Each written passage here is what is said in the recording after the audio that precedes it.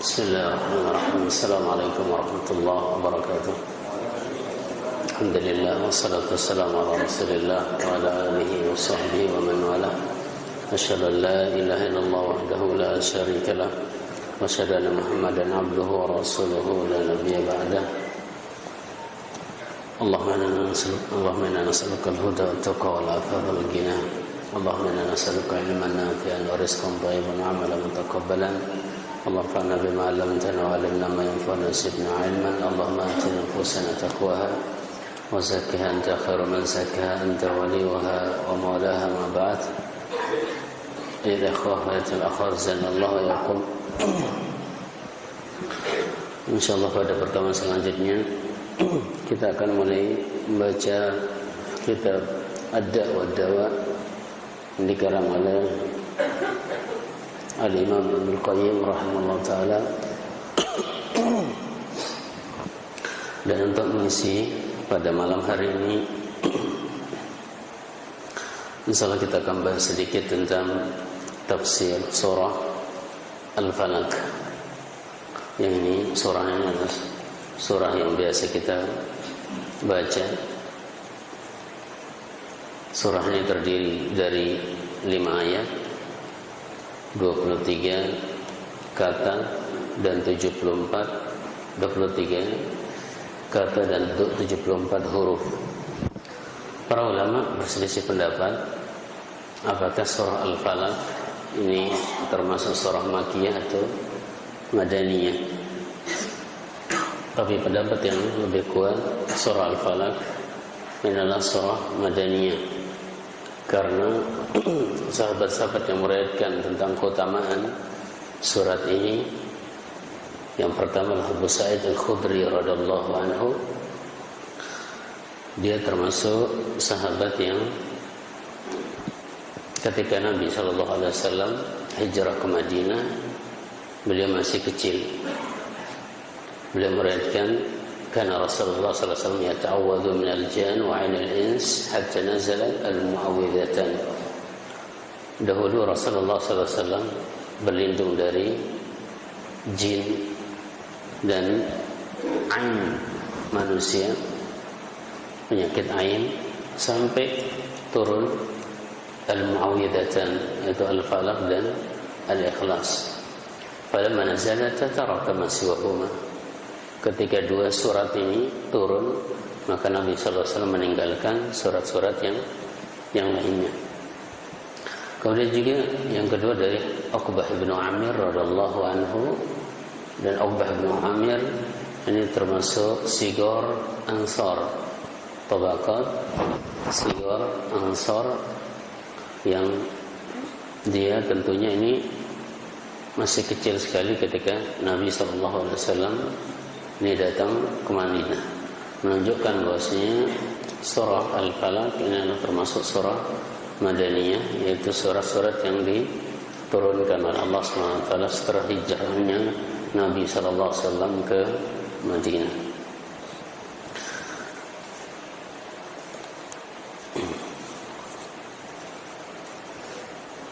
A'udzu billahi minasyaitonir rajim. Bismillahirrahmanirrahim. Qul a'udzu birabbil falaq. Katakanlah, saya berlindung dengan Rabb Al-Falaq. Qul, katakanlah. Di sini lebih dari 300 kali dalam Al-Quran Allah mengatakan Qul, katakanlah, menunjukkan bahwasanya Al-Quran itu bukan dari bahasa Nabi sallallahu alaihi wasallam, bukan pula sebagaimana dikatakan sebagian orang itu dari Allah, cuma kata-katanya dari Nabi kita Nabi Muhammad sallallahu alaihi wasallam. Ini keliru, karena semua ucapan yang ada dalam Al-Quran itu langsung dari Allah Subhanahu wa ta'ala. Nabi hanya sekedar menyampaikan saja. Wa ma yantiqu 'anil hawa in huwa illa wahyun yuha. Kul di sini bisa bermakna itu khusus untuk Nabi sallallahu alaihi wasallam, bisa juga untuk Nabi dan semua umatnya. Seperti Allah berfirman dalam surah Al-Kahfi, "Qul innama ana basyarum mislukum yuha ilayya." Katakanlah, saya ini adalah manusia biasa yang diwahyukan kepada saya. Ini adalah untuk Nabi. Bisa juga untuk beliau dan juga semua umatnya, seperti qul amanna billahi wa ma unzila ilaina wa ma unzila ila Ibrahim dan seterusnya. Katakanlah saya beriman kepada, kita beriman kepada Allah dan apa yang diturunkan kepada kita. Ini untuk Nabi SAW dan juga untuk semua umatnya, termasuk juga qul a'udzu birabbil falaq. A'udzu artinya al-taji, ahtami, berlindung, mencari keamanan. Dan mencari perlindungan itu termasuk bagian dari doa. Jadi doa itu bukan hanya kita minta, ya Allah tambahkan kita rezeki, lapangkan kita punya bisnis, bukan itu saja. Tapi kita berlindung dari keburukan sesuatu, maka ini juga termasuk doa. Dan doa itu adalah ibadah, tidak boleh diberikan kecuali kepada Allah Subhanahu wa ta'ala. Sebagaimana hadis Syakal Ibn Humaid radhiyallahu anhu, dia mengatakan, ya Rasulullah alimni doa, wahai Rasulullah SAW, ajarkan saya doa. Maka Nabi SAW mengatakan, kul, ucapkan, Allahumma ini a'udzubika min syarri sam'i. Ya Allah, saya berlindung kepadamu dari kejelekan pendengaran saya, wa min syarri basari, dari kejelekan penglihatan saya, wa min syarri lisani, dari kejelekan lisan saya, wa min syarri qalbi, dari kejelekan hati saya, wa min syarri mani, dan dari kejelekan sperma atau mani kita. Jangan sampai anggota tubuh yang tadi disebutkan itu melakukan perbuatan dosa yang buat kita masuk neraka. Sehingga kita disuruh untuk berlindung kepada Allah dari kejelekan-kejelekan ini, pendengaran, penglihatan, lisan, hati, dan mani kita. Menunjukkan bahwasanya minta perlindungannya juga termasuk bagian dari doa. Kita sering mengucapkan Allahumma inni as'aluka ilman nafi'an wa rizqan thayyiban amalan taqabbalan khair. Tapi jangan lupa kebalikannya, yaitu Allahumma inni a'udzubika min ilmin la yanfa'u, min qalbin la yakhsha, min nafsin la tashba'u, min da'watin la yustajabu lah. Supaya lengkap. Ya Allah, saya berlindung kepadamu dari ilmu yang tidak bermanfaat, dari hati yang tidak pernah khusyuk, jiwa yang tidak pernah puas, dan dari doa yang tidak dikabulkan oleh Allah Subhanahu wa ta'ala. Di samping kita minta yang baik, maka kita juga berlindung dari yang buruk. Qul a'udzu, katakan saya berlindung, bi rabbi, dengan Rabb. Rabb bisa bermakna raja atau pemilik, sebagaimana hadis tentang onta yang hilang. Nabi mengatakan, malaka walaha, apa urusanmu dengan onta yang hilang? Maha siqa'uha hida'uha taridul ma' wa ta'kulus syajar. Dia bisa makan sendiri, dia punya cadangan air minum sendiri, sepatu sendiri, bisa juga cari air, dia juga bisa makan pohon-pohonan, hatta yalqaha rabbuha, sampai nanti ditemukan oleh Rabbnya. Rabbnya di sini maksudnya pemiliknya. Atau bisa juga Rabb itu artinya sayyid, al-muta', itu tuan atau majikan. Sebagaimana sabda Nabi sallallahu alaihi wasallam menerangkan tentang ciri-ciri hari kiamat, idza waladatil amatu rabbataha, yaitu al-amah, budak-budak wanita akan banyak melahirkan Rabbnya. Rabbnya di sini maksudnya adalah majikannya sendiri. Atau bisa juga bermakna muslih, yaitu yang mudabbir, yang mengatur, yang memperbaiki. Ini arti Rabb. Adapun al-falaq, qul a'udzu birabbil falaq. Al-falaq ini sebagian ulama ada yang mengatakan adalah nama salah satu penjara di neraka jahanam. Ada juga yang mengatakan ini adalah pendapat Ibnu Abbas. Ada juga mengatakan itu adalah salah satu nama neraka jahanam. Ini pendapat dari Abu Abdurrahman Al-Habali. Ada juga mengatakan al-falaq ini adalah waktu subuh. Ini pendapat Sa'id bin Jubair, Qatadah dan yang lain. Dan ada juga yang berpendapat, dan ini pendapat Ibnu Abbas juga, al-falaq itu adalah makhluk. Jadi qul a'udzu birabbil falaq, katakanlah saya berlindung kepada Rabbnya semua makhluk. Karena al-falaq itu asalnya adalah sesuatu yang terbelah. Dan semua makhluk di muka bumi ini kalau kita pikirkan pasti dia adalah dari hasil pembelahan sel. Pembelahan sel. Benih yang kita taruh di dalam tanah, dia ketika akan muncul jadi kecambah, pasti dia membelah tanah. Manusia juga muncul dari belahan ibunya. Kemudian dari bakteri, virus dan yang lain, semua makhluk pasti akan muncul dari belahan induknya, pembelahan sel dan yang lainnya. Itu arti al-falaq. Sehingga qul a'udzu birabbil falaq secara umum artinya adalah katakan saya berlindung dengan Rabb al-falaq, yaitu semua makhluk. Min syarri ma khalaq, dari kejelekan apa yang Allah ciptakan. Dari kejelekan Allah, apa yang Allah ciptakan, menunjukkan bahwasanya apa yang Allah ciptakan itu ada yang baik, ada yang buruk. Sebagaimana Nabi sallallahu alaihi wasallam ketika akan tidur, beliau mengucapkan doa, Allahumma inni a'udzubika min syarri kulli syai'in.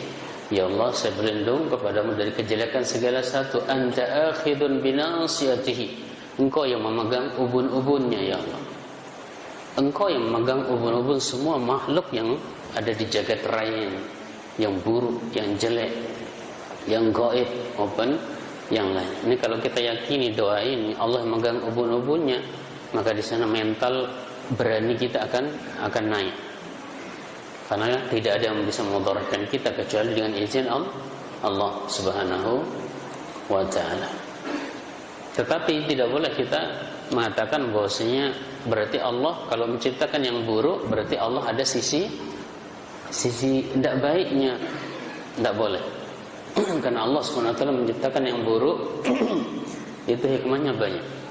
Dan Nabi pun mengajarkan kita dalam doa kunut, wakini syarrama qadai, wakini syarrama qadai, jauhkan saya ya Allah dari kejelekan apa yang Engkau tentukan, takdirkan, ciptakan. Berarti yang jelek itu adalah makhluknya, bukan Allah Subhanahu wa ta'ala. Kemudian Nabi juga dalam doa istiftah beliau mengatakan wasyarru laysa ilaik, kejelekan itu bukan darimu ya Allah Subhanahu wa ta'ala. Kemudian kalau ada yang bertanya apa hikmah Allah Subhanahu wa ta'ala menciptakan keburukan itu, kejelekan ini banyak sekali. Yang pertama supaya nama-nama dan sifat Allah Subhanahu wa ta'ala itu muncul. Allah Subhanahu wa ta'ala punya sifat Al-Ghafur. Al-Ghafur, Maha Pengampun, menunjukkan bahwasanya akan ada di dunia ini makhluk-makhluk yang dia banyak berbuat dosa, manusia-manusia yang tidak taat kepada Allah Subhanahu wa ta'ala. Sehingga ada nama Allah namanya Al-Ghafur, Allah Maha Mengampuni. Ketika mereka minta ampun kepada Allah, muncul nama tersebut. Nabi SAW mengatakan, "Lau lam tudhnibu la dhahaba Allahu bikum wa la ja'a bikum yudhnibun fa yastaghfiruna Allah fa yaghfiru lahu." Seandainya kalian tidak berdosa, maka Allah akan menghancurkan kalian dan Allah akan menumbuhkan generasi baru yang dia berdosa kemudian minta ampun kepada Allah, lalu Allah memberikan dia ampun. Seandainya semua manusia taat semua, seandainya semua manusia Ahlus Sunnah wal Jamaah semua, Salafiyun semua, mengikuti para sahabat semua, tidak ada yang bid'ah, tidak ada yang syirik, tidak ada yang kafir, maka tentunya di sini manusia ini justru akan ditimpa penyakit yang lebih berbahaya. Apa itu? Ujub dan sombong. Karena dia tidak pernah merasa berbuat dosa. Kemudian hikmah yang lain juga, sesuatu itu baru kita akan paham kalau kita paham kebalikannya. Baru terasa nikmat kita buka puasa kalau pernah kita puasa. Baru kita merasakan nikmatnya sunnah ketika sebelumnya kita bergelut dalam bid'ah. Dan baru kita rasakan nikmatnya tauhid setelah sebelumnya sering minta-minta ke kuburan, roh di kuburan. Ketika kenal tauhid, subhanallah, rasanya baru masuk Islam. Dan para sahabat Nabi SAW, kenapa mereka teguh sekali di atas Islam? Karena dahulunya memang kebanyakan mereka adalah tumbuh dan berkembang dengan kesyirikan. Makanya Umar bin Khattab radhiyallahu anhu termasuk sahabat yang jika beliau salam ketika sholat itu selalu meneteskan air mata. ke kanan nangis, ke kiri nangis. Ditanya, kenapa ya Umar? Saya ingat dulu, saya pernah mengubur anak perempuan saya hidup-hidup. Sehingga ketika beliau masuk Islam, diingat terus dosa-dosanya. Sehingga itu membuat hatinya terus luluh di hadapan Allah Subhanahu wa ta'ala. Makanya beliau mengatakan di antara perkataannya itu hampir-hampir ini tali-tali Islam yang kuat ini akan menjadi lepas, luntur semua. Idza nasha fil Islam man la ya'rifil jahiliyah.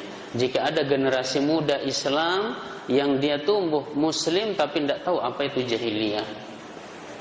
Kalau dia tidak tahu jahiliyah, maka ini dia akan terjatuh ke dalam perbuatan jahiliyah. Dan ini kita lihat sendiri bagaimana generasi muda sekarang dijauhkan dari dakwah tauhid sehingga dia tidak tahu apa itu syirik, sehingga mereka sendiri banyak berbuat syirik kepada Allah Subhanahu wa ta'ala. Kemudian hikmah yang lain juga, kenapa Allah Subhanahu wa ta'ala menciptakan kejelekan? Karena dunia ini adalah tempat ujian. Alladzi khalaqal mauta wal hayata liyabluwakum ayyukum ahsanu amala. Sehingga Allah ingin tahu mana orang yang baik, yang tahan banting, tahan derita, tahan ujian, mana yang tidak tahan. Mana di antara mereka yang ya'budullaha ala harf, yang mereka menyembah Allah di tepi-tepi saja. Kalau ada keuntungannya, ini dia ikut. Tapi kalau agak membahayakan sedikit, mundur. Ini sifat orang munafik. Kemudian manusia ini kebanyakan tidak mengetahui akibat dari sesuatu yang terjadi. Wa asa an takrahu syai'an wa huwa khairul lakum. Padahal Allah mengatakan bisa jadi apa yang kau tidak sukai, apa yang kau benci itu adalah baik bagi engkau. Dan takdir Allah itu, para jemaah yang dimuliakan Allah Subhanahu wa ta'ala, takdir Allah itu yang pertama pasti baik. Yang kedua, jatuhnya selalu pada waktu yang sangat tepat. Pasti jatuhnya di waktu yang paling tepat. Takdir itu baik yang baik maupun yang buruk. Makanya dalam hadis yang sahih Nabi SAW mengatakan, la tattahimillah bi syai'in qadahu 'alaika. Jangan kalian berburuk sangka kepada Allah tentang apa saja yang Allah takdirkan kepada dirimu. Jangan kita buruk sangka sama sekali. Dan biasanya kita akan paham ini kaidah ini ketika setelah bertahun-tahun baru kita pikir, oh iya, untung dulu seperti itu. Kalau enggak mungkin lain lagi yang akan terjadi. Kemudian bisa jadi juga ujian itu adalah untuk menghindarkan bahaya yang lebih besar dari kita. Diuji kita dengan penyakit, dengan dosa, supaya kita ini tidak berbuat dosa yang lebih besar lagi. Sebagaimana kisah Khidir dan Nabi Musa. Ini Khidir ketika sudah ditumpangi oleh nelayan, kemudian dia melubangi perahu tersebut. Musa bertanya, qala akhraqtaha litughriqa ahlaha laqad ji'ta syai'an imra. Kenapa engkau lubangi perahu orang, sudah ditolong, jadi sekarang dilubangi? Ini perbuatan yang tidak benar, tidak sabar Nabi Musa. Padahal diingatkan sabar, menunjukkan di sini bahwasanya murid itu selalu tidak sabar, ingin langsung melahap ilmu gurunya satu malam. Nabi Musa, siapa Nabi Musa? Nabi, ilmunya Masya Allah, disuruh belajar kepada Khidir karena Khidir lebih alim, tetapi tetap beliau tidak sabar ya. Kemudian Khidir membunuh anak kecil, ada anak kecil dibunuh. Ini mungkar, ini perbuatan tidak benar ini. Nabi Musa, sudah saya bilang jangan banyak tanya. Yang terakhir dilihat rumah roboh, kemudian diperbaiki sama Khidir. Ngapain diperbaiki? Orang tidak ada, siapa yang punya kita tidak tahu, tidak ada upahnya juga. Barulah diterangkan oleh Khidir, amma safinatu fakanat limasakin ya'maluna fil bahri fa'aratu an aibaha wa kana wara'ahum malikun ya'khudhu kulla safinatin ghasib. Adapun perahu itu miliknya orang-orang miskin. Sengaja saya lobangi karena di tengah laut ada perompak. Yang perompak ini bukan hanya merampas perahu orang, tapi juga membunuh pemiliknya. Daripada dia terbunuh di tengah, lebih baik saya lobangi. Ya kan tidak bisa ke tengah aja karena bocor. Bisa dia tambah lagi, selamatlah dia dan perahunya. Jadi keburukan yang kecil yang dilakukan oleh Khidir ternyata untuk membendung keburukan yang lebih besar. Dan ini ada penting juga dalam kita berdakwah, dalam kita berdakwah di kampung atau yang lain. Ini ketika kita harus didorong misalnya untuk jadi imam, sementara mereka ini sangat awam sekali, maka tidak masalah, bismillah kita keraskan. Kemudian setelah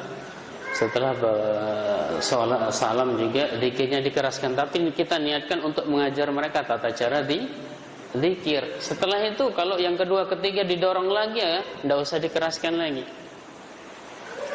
Nah, ini untuk membendung. Yang pertama itu untuk membendung apa? Mafsadat yang lebih besar. Nah, itu berapa hikmah Allah Subhanahu wa taala ini memberikan atau menciptakan keburukan di muka bumi. Wa min syarri ghasikin idza waqab, dan dari kejelekan ghasik idza waqab. Ghasik ini ada yang mengatakan malam hari jika telah datang, ada yang mengatakan juga bulan, sebagaimana Nabi sallallahu alaihi wasallam mengatakan kepada Aisyah, ya Aisyah, istagfirullah min syarri hadza, berlindunglah kepada Allah dari kejelekan ini. Fa inna hadza huwal ghasik, karena bulan ini adalah ghasik. Jadi ghasik secara umum adalah semua yang datang pada malam hari. Semua yang datang pada malam hari. Dan di sini lebih ditekankan kepada makhluk-makhluk gaib yang dia membawa keburukan. Ini ghasik. Min syarri ghasikin idza waqab, dari kejelekan gosik semua yang datang pada malam hari, idza waqab, jika malam telah datang. Bukan berarti semua malam itu buruk semua, enggak. Karena Allah Subhanahu wa taala berfirman, "Wa min rahmatihi ja'ala lakumul laila wan nahara taskunu fihi." Termasuk rahmat Allah, Dia menjadikan bagi kalian malam dan siang untuk kalian bisa istirahat. Seandainya siang terus, susah kita tidur. Ya. Allah jadikan adanya malam supaya bisa kita tidur. Dan ini nikmat. Kemudian Allah juga mengatakan, "Inna nasyi'atal laili hiya ashaddu waqa'a wa aqwamu qila." Dan pertengahan malam itu lebih berat di hati, lebih khusyuk untuk membaca Al-Quran. Dan Allah juga turun pada sepertiga malam. Tetapi di sini kenapa kita berlindung dari gosip semua yang datang pada malam hari ini? Ini tidak lain adalah gosip yang itu membawa petaka, yaitu berupa syaitan, iblis, hantu, atau semua makhluk yang gaib. Makanya Nabi sallallahu alaihi wasallam berpesan, la tursilu akufu sibyanakum 'inda fahmatil isya. Tahan anak-anak kalian ketika datang waktu malam. Fa innakum la tadruna ma yabussallahu min khalqi, karena kalian tidak tahu apa yang Allah sebarkan dari makhluknya pada waktu tersebut. Fa'aglikul abwab, tutup pintu, wa atfil misbah, matikan lampu kalau tidur, lampu yang menggunakan api. Wa afi'u alina, dan tutuplah tempat-tempat minum, wasiqa, dan juga bejana air, karena ini ada khawatirkan itu akan masuk makhluk-makhluk tersebut. Jadi tahan anak kalian ketika ini waktu-waktu tersebut. Dan ini ternyata ini yang sudah dikenal oleh orang-orang tua kita, sehingga mereka ada istilah sandi kala. Sandi itu tanda kala, bahaya, tanda bahaya. Jadi semua pintu ditutup dan mengucapkan bismillah. Jendela ditutup, baca bismillah. Walaupun mereka makhluk gaib, tapi kalau sudah baca bismillah maka tidak akan bisa masuk. Nah, Dan beda antara rumah yang sejak maghrib itu terbuka terus pintunya dengan rumah yang sudah tertutup. Ini sangat beda. Dan bisa jadi bukan kita merasakan, tapi anak-anak kita, bayi-bayi itu yang tiba-tiba nangis, histeris dan yang lain. Wa min syarri ghasikin idza waqab, wa min syarri naffatsati fil uqad, dan dari kejelekan nafasat, wanita-wanita yang menjampi-jampi, fil uqad, di dalam uqad, di dalam buhul, dalam ikatan. Ini adalah sihir. Nafasat itu jampi-jampi yang itu tidak mengeluarkan ludah, jadi hembusan, semburan, tapi tidak mengeluarkan ludah. Tetapi ada juga yang baik, jampi-jampi atau semburan yang baik. Sebagaimana hadis Abdullah bin Mas'ud, Rasulullah SAW bersabda, "Inna ruhal qudus nafasa fi ra'i." Sungguhnya Ruhul Kudus, Jibril ini menghembuskan dalam ra'i, dalam hati saya, anna nafsan lan tamut hatta tastakmila rizqaha, bahwasanya suatu jiwa itu tidak akan meninggal sampai dicukupkan rezekinya. Fattaqullaha wajmilu fit talab, maka bertakwalah kepada Allah dan perbaiki cara mencari rezeki. Karena kalau kita mencari rezeki dengan cara yang halal, dapatnya segitu, yang haram juga segitu, tidak akan bisa bertambah. Kemudian juga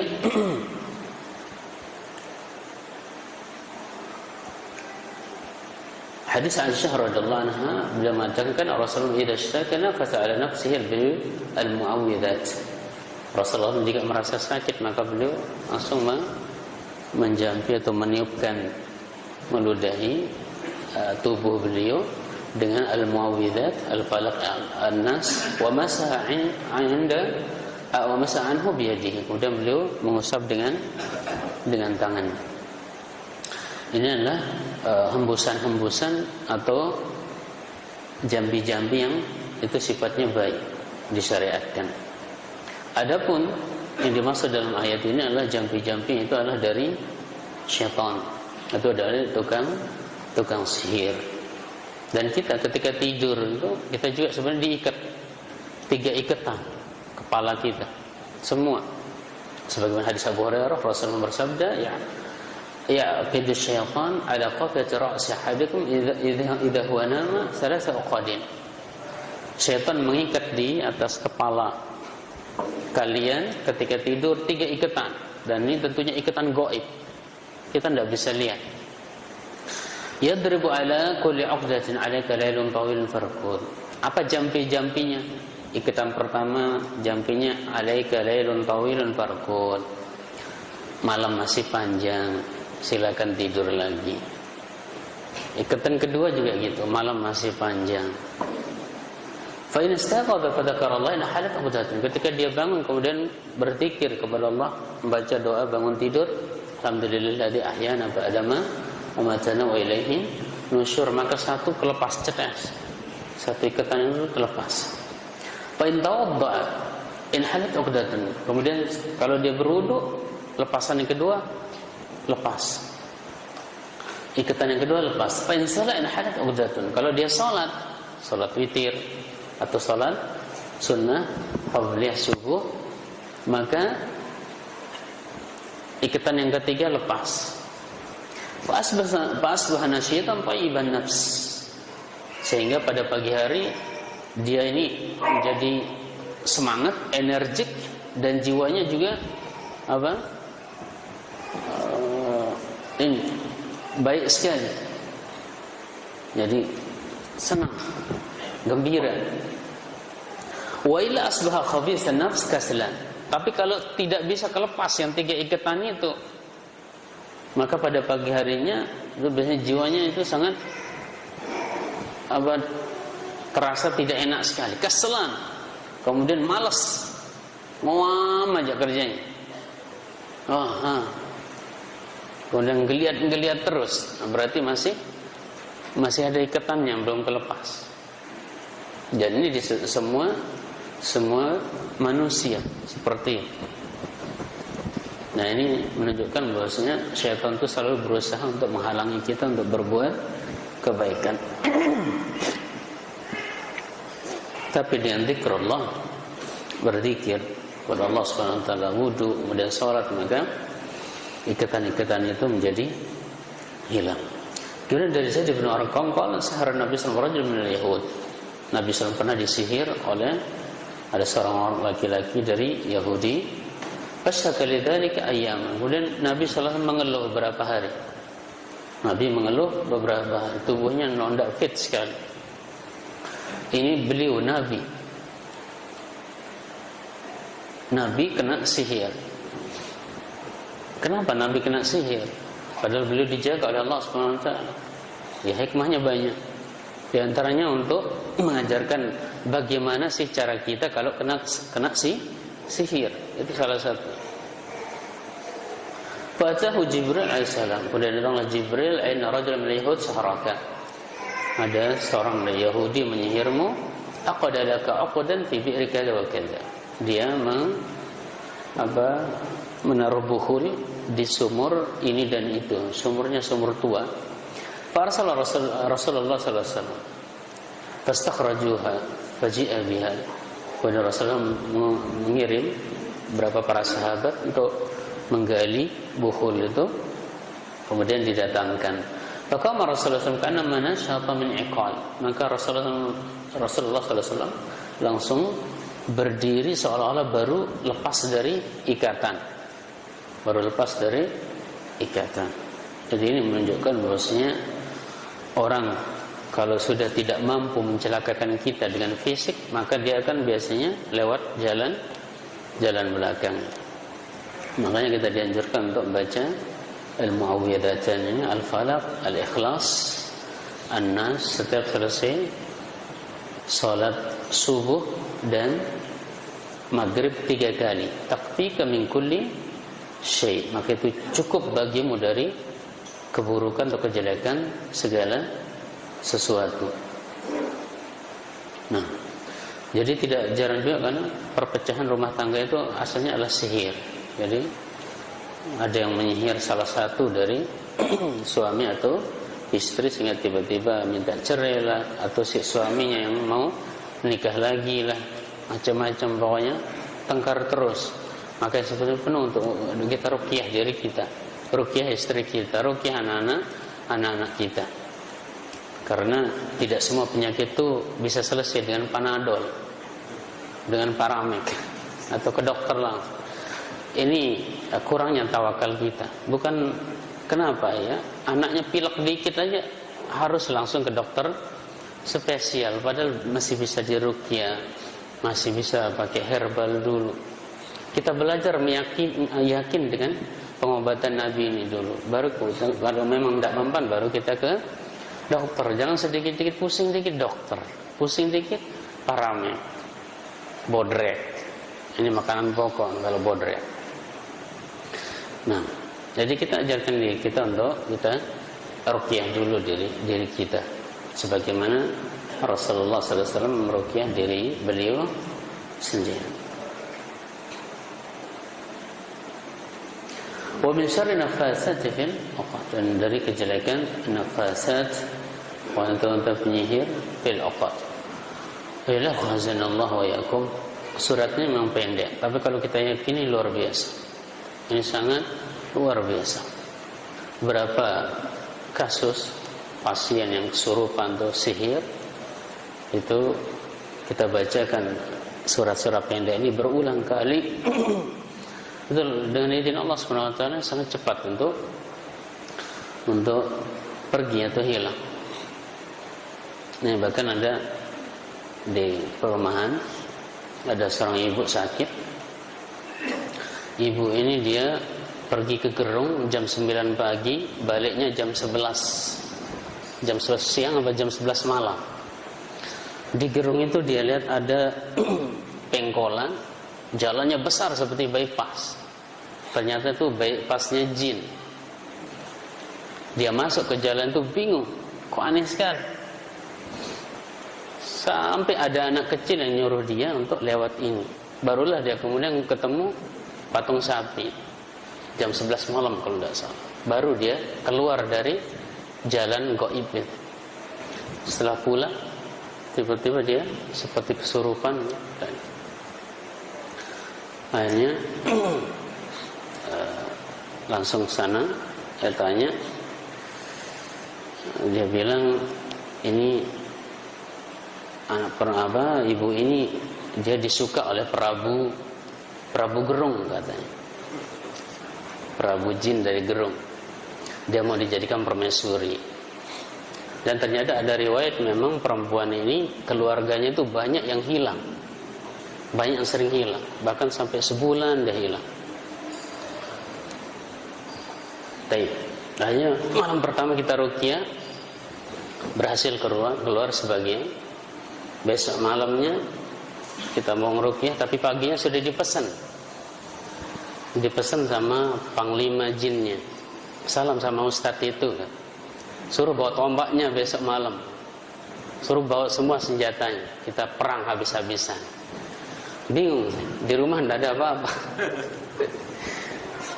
Hanya sama 2 orang ikhwan dan sana.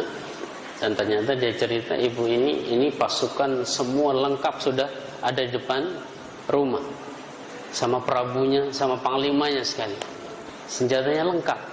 Ya sudah, nggak apa-apa. Ayo baca Al-Baqarah, baca Al-Falaq, Al-Nas, terus saja ibu ini kepanasan terus, meronta-ronta. Sudah suruh keluar semua. Jadi pasukan yang di dalam tubuhnya itu juga sudah ribuan masuk, seperti bakteri banyak yang siap untuk membawa dia ke sana. Akhirnya kepanasan semua, keluar. Saya tanya, mana prabunya? Udah pergi kan? Panglimanya mana? Meleleh katanya. Meleleh. Loh, katanya senjata lengkap. Iya, sudah meleleh. Sudah pada pergi. Jadi satu pasukan kerajaan besar tuh bisa kalah dengan surah Al-Baqarah. Cuma sekarang permasalahannya antum yang ruqyah harus kuat. Ada di Lombok Utara baru belajar ngeruqyah, malam-malam tiba-tiba mati lampu. Apa kata jinnya? Saya bunuh kamu. Lari dia yang ngeruqyah.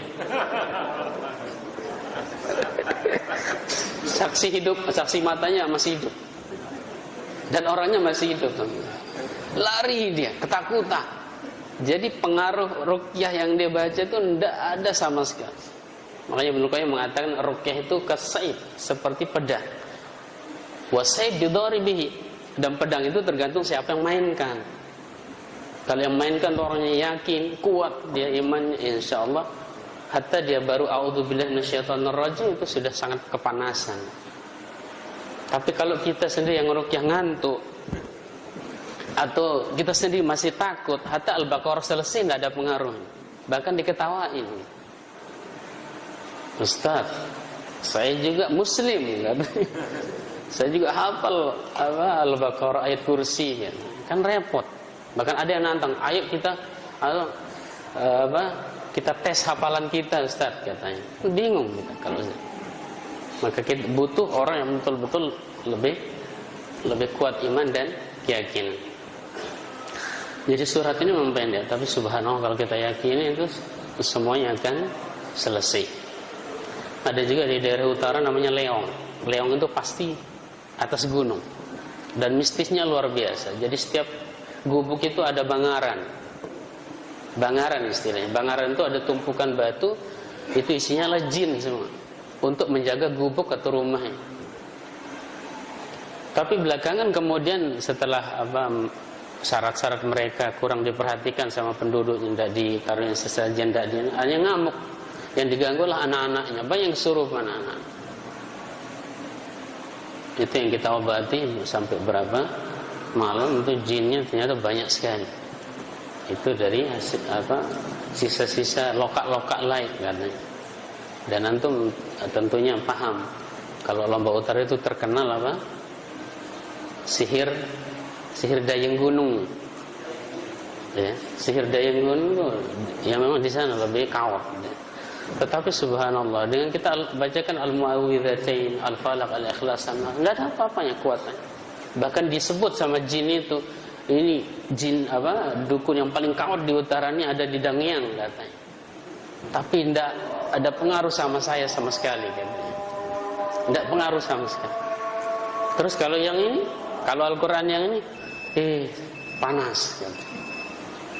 Nah, tapi ya tadi yang penting kita ya yakin, jangan lari nanti diancam sedikit.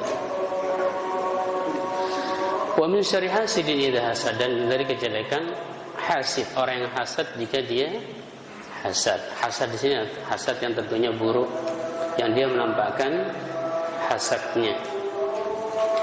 Dan Nabi SAW memperingatkan kita tentang hasad ini. Nabi mengatakan alainu haqqun, ain, penyakit ain, karena hasad itu adalah benar adanya. Kalau kana syai'un sabiqul qadar la sabaqul ain.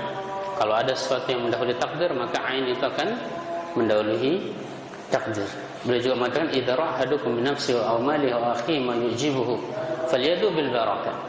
Jika kalian melihat sesuatu dari diri kalian atau harta kalian, diri kita, harta kalian, atau saudaranya, atau anak istrinya masuk, sesuatu yang membuat terpesona, kagum, maka falyadu bil barakah, doakan dengan keberkahan. Fa innal aina haqqun, karena ain itu adalah hak adanya.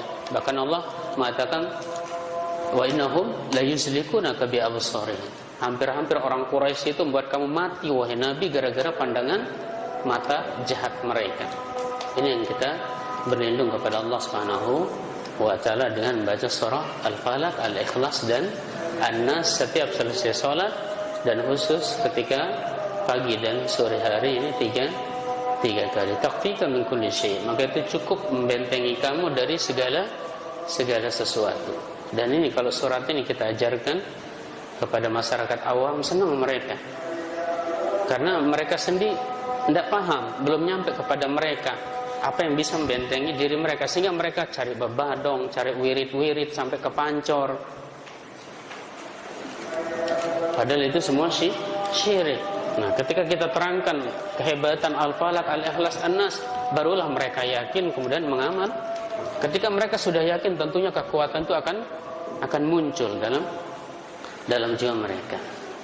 Kemudian juga faedah lain, akhwazanallahu wa yakum, dalam masalah surat Al-Quran seperti ini,